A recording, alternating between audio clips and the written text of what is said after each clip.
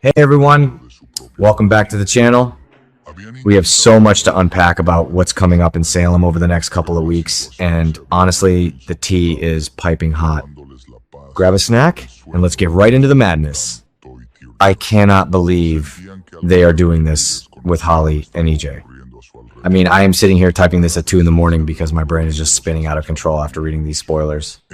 So, we all know that EJ is a complete monster who buried those arsenic-laced Coracil pills on Smith Island, right? And to cover his tracks and protect DiMera Pharmaceuticals from Sarah and Brady's investigation, he literally planted pills in Holly's bag to make her look like a drug addict. He framed a teenager! And because of that, Tate completely lost his trust in Holly, and they broke up. But now, the spoilers for July 20 to 31 are telling us that Holly is going to turn to EJ? What on earth is she thinking?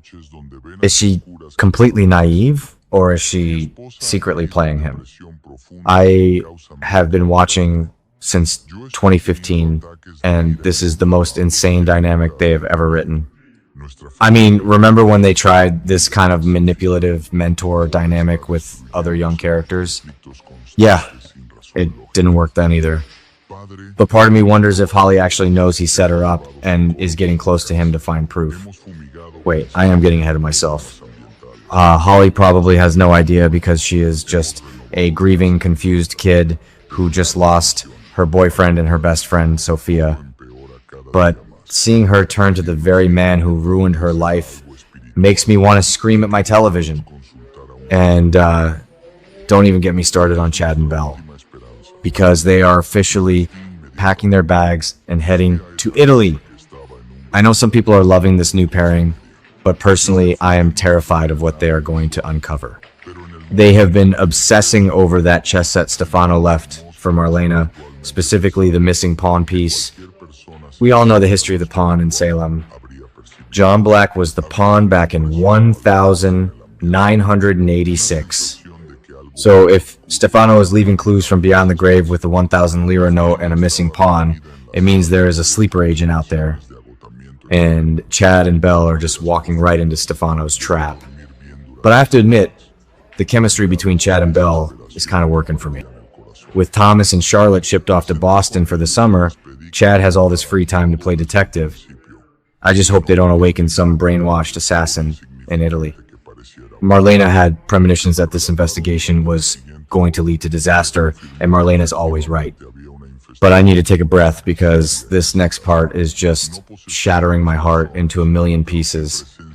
Lexi and Abe are renewing their vows as a goodbye. I am literally crying just thinking about it. Why did the writers bring Lexi back from the dead just to rip her away from Abe again? We all know Dr. Rolf's Versavic's cure is failing.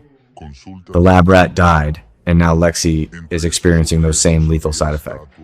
EJ played God with his sister's life, and now Abe is the one who has to pay the price. Abe already kicked EJ out of the hospital room and beat him down, but it doesn't change the fact that Lexi is fading fast. So they are going to renew their vows before she dies.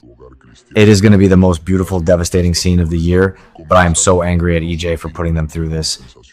It is just cruel to the fans who have loved Abe and Lexi for decades. Speaking of cruel, can we talk about Kristen DiMera? I hate Kristen, I really do. But I also kind of feel bad for her right now. Wait, no I don't. She literally used Sophia to try and burn Johnny alive in his apartment. She tried to kill her own nephew just to get back at EJ. But now EJ is taking his ultimate revenge and is having Kristen kidnapped. So before she disappears, Kristen is having a highly emotional visit with Rachel at Bayview to say goodbye. I mean, Rachel is terrified that she is going to end up dead like Sophia, and now her mother is coming to say a tearful farewell because EJ is going to lock Kristen in a dungeon or something. Stacey Hyduck is going to act her absolute heart out in these scenes, and I know I'm going to be crying even though Kristen deserves everything she is getting. It is just a masterclass in soap opera karma, but seeing a mother say goodbye to her child is always a gut punch. Okay, back to the point. We desperately need some happiness in Salem right now. And thank goodness for Eli and Lonnie. They are celebrating their anniversary, and the spoilers promise some very intimate and steamy moments. Lonnie's been carrying the weight of the world on her shoulders lately. Between Chanel's terrifying breast cancer battle while pregnant, and now Lexi dying again, the Price and Carver families are just drowning in tragedy.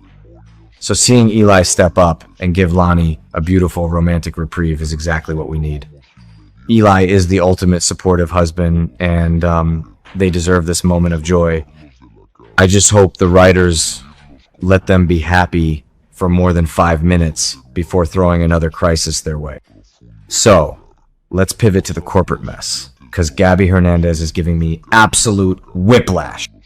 Gabby was supposed to use her massive Stefano DiMera inheritance to bail out Titan after that mysterious wealth buyout, but now she is retracting her offer. She is completely pulling the rug out from under Philip and Xander, and they are absolutely shocked. I am here for it. Philip and Xander have been entirely incompetent lately, and Gabi holds all the cards. But why is she pulling back? Is it because she is completely spiraling over Ariana moving out? Ariana refuses to forgive Gabi for bribing Liam to leave town, and Gabi is completely isolated right now. When Gabi gets isolated, she gets ruthless. She is probably using the Titan bailout as a weapon to get what she wants. Remember when she did this with the DiMera shares years ago? She never learns, but she is so entertaining to watch. But the biggest mystery of the July sweeps is that Gwen is missing. Yes, Gwen Rizchek has vanished into thin air.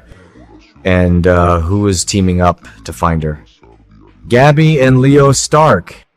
This is the chaotic, messy duo I never knew I needed. Leo and Gabi have both lost so much lately.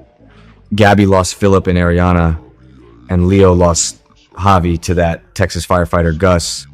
So now these two lonely, scheming outcasts are teaming up to play detectives. All arrows are pointing to foul play. Did EJ do something to Gwen because she was threatening to expose his Versavix lab? Or did Kristen do something to her because Leo caught Kristen and Xander hooking up at the Salem Inn? Gwen was terrified of EJ, and she had every right to be. And get this, Gabi and Leo are bringing in DA Melinda Trask to help them. Melinda Trask helping Leo Stark? I mean, what alternate universe are we living in? But Trask hates EJ just as much as anyone else, and she is already working with Amy Choi to nail Holly for manslaughter. Trask loves a high-profile takedown. If EJ is behind Gwen's disappearance, Trask will absolutely want to be the one to slap the cuffs on. I am so invested in this search for Gwen. Emily O'Brien is too good to just disappear, so I know they are going to find her locked in the DiMera tunnels or something insane like that. I am just so overwhelmed by how good the writing has been lately. I mean, the stakes are so incredibly high. We have Chad and Belle flying across the world to chase a ghost, Lexi taking her final breaths with Abe, Kristen facing the ultimate DiMera justice, and Gabi and Leo turning into the Hardy Boys to find Gwen. I am going to be glued to my screen for the rest of July. I know I am rambling, but I just had to get all of these thoughts out of my system. Let me know in the comments if you guys are as stressed out as I am about Holly trusting EJ, because that is the one thing I just cannot wrap my head around. We are in for a wild ride, Salem fans.